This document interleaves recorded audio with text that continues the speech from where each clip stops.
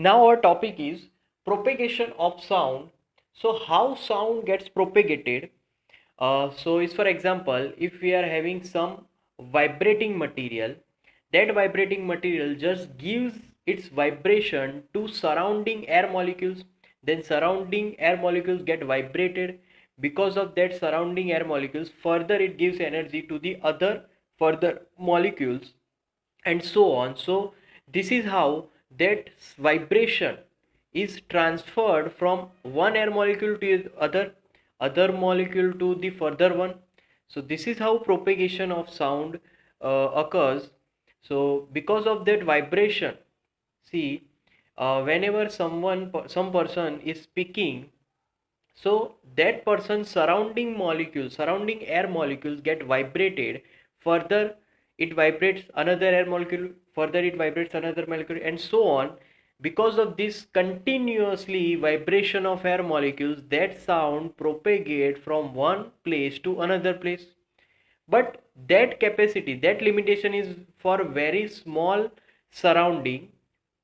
So this is how sound gets propagated. So because we are having air medium, that's why that sound gets propagated. If we don't have any air medium, then sound can't go further one.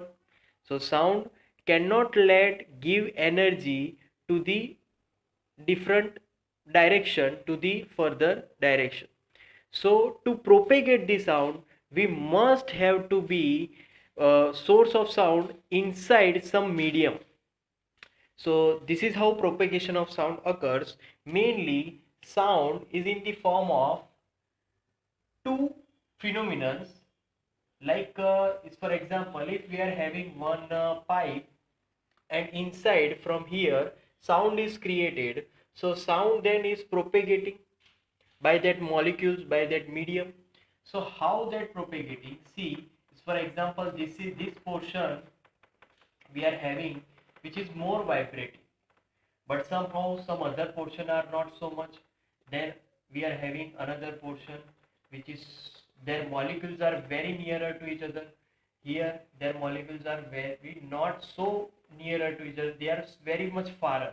So this is one region, this is another region. Again we get then that same region which we have molecules are very nearer with each other. So this is how sound will propagate. Is for example, sound here, they are compressed one. So pressure will be high here, density is also high. But here sounds are not compressed one. They are very far away with each other. This is air molecule. So they are very much farther distance. So pressure will be decreasing, density will be decreasing. Here again pressure will be increasing, density will be increasing. So on. This is how sound will propagate further. So here we have two mainly phenomena. Is for example compression and rarefaction. So rarefaction and compression, by this phenomenon that sound will move from one to another place, right?